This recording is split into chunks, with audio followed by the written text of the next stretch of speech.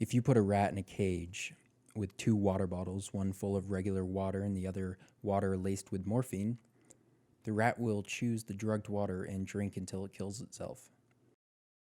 If the late 20th and early 21st century could be summarized by a single word, that word would be alienation. With the rise of the internet and social media, we are more connected than ever, but that connection is superficial and without depth. Many of the people we have supposed connections with are facades that they have constructed to project the ideal self they wish to imitate. On social media, many of us are perfect. We have perfect lives with perfect friends and perfect families. We do exciting and cool things and live our lives to the absolute fullest every single day. This is obviously not reality. Nobody is perfect. Nobody's happy all the time. We all suffer to some extent. But if you are a person who is currently suffering and all you see are happy people living the life you wish you could, it is alienating. You may even be aware that behind that veneer exists someone just as broken and unfulfilled as you, but that doesn't really matter. As humans, we have a tendency to view other people as one-dimensional beings, as lacking any and all depth. And it can be hard to try and look past that. It can be hard to accept that they are just as complex as you.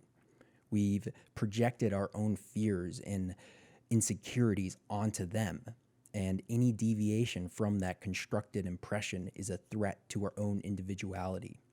But is that not the case of all of our problems? Is the obsession with the individual not what has plunged us into this wretched world of hyper-consumerism and commodificative oppression? Because if we construct a world that allows for and encourages individual triumph and gross excess, then we must also accept that we have too constructed a world that allows for and encourages individual suffering and exploitation. It is a zero-sum game. Our idea of success is excess. Our idea of success is fancy cars, nice clothes, brand new phones, whatever it may be. Success is defined by the accumulation of commodities. And in turn, does that not mean that success itself has become a commodity? In Society of the Spectacle, Guy Debord writes, social life in modern society can be understood as the decline of being into having and having into merely appearing. Debord wrote that in 1967.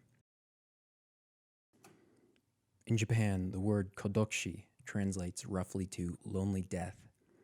They use it to describe the corpses of people who had been found in their apartments after being left undiscovered for months at a time. We no longer have communities. We no longer have a sense of belonging. We are all, in every sense of the word, lonely. Some of us more than others. 40% of Americans describe feeling lonely regularly. 35% report feeling lonely, very lonely, frequently. About 35% report not having someone that they could go to in a crisis. Loneliness has been shown to be more deadly than obesity and about equivalent to smoking a pack of cigarettes a day. Our lives orbit around commodities. Our friendships depend on them. Whether it's alcohol or video games or even just food, our connections are almost always dependent upon some form of consumption. And now when we deprive people of the means to even engage in that consumption, to engage in connection, we see people getting lonelier and lonelier and lonelier. And people will die. In a world devoid of authenticity and genuine connection, in a world in which the goal is to build up enough wealth to consume until you die, in a world that fetishizes image, or rather the illusion of it, in a world that is designed to be, for the most part, soul-crushing to the vast majority of people, also a small few can live lives of gross indulgence and greed.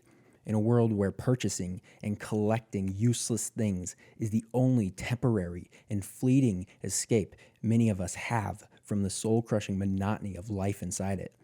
In that world, is there such a thing as freedom? Or is that not merely a cage? Inside of it, a bottle of water laced with heroin. The only escape, the only source of relief from the knowledge that you are trapped inside of a cage, with no freedom and no escape in sight. Addiction in all of its forms is not a desire to feel amazing or get high. It's a desire for relief, a desire to feel, if only for a bit, okay. We ask ourselves why it is that so many people are getting addicted to things like drugs or alcohol or even social media. And we've tricked ourselves into believing that the vice itself is the culprit, but that is not the case. It's not the heroin-laced water that's the problem. It's the cage. When you alienate and isolate people to the point of them seeing no other source of fulfillment than heroin, you shouldn't be surprised when they drink themselves to death. The observation of the rat in the cage was made in 1978 by psychologist Bruce K. Alexander. Alexander, seeing the compulsive behavior of the rat in the cage, decided to build what he lovingly called Rat Park.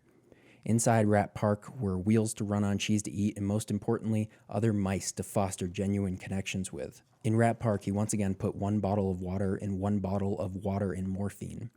What Alexander observed was that almost none of the mice would ever take to the water laced with morphine, and none of them ever drank until death. Even the mice that had been in the previous experiment, the mice that had been locked in the cage with the morphine, even they did not indulge in it, nor did they experience any signs of noticeable withdrawal. They were all just okay, happy, whatever exactly happiness means to a rat.